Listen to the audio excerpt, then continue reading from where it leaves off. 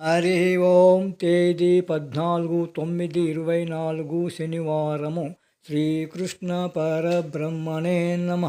శ్రీమద్భగవద్గీత జ్ఞానయజ్ఞములో శ్రీమద్భగవద్గీత నుండి అత అష్టదశోऽధ్యాయ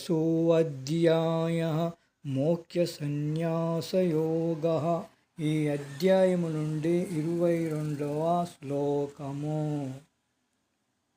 యత్తు కృష్ణవదే కస్మిన్ కారే సక్తం అహైతుకం అతత్వార్థవదల్పం చ తత్తామసముదాహృతం.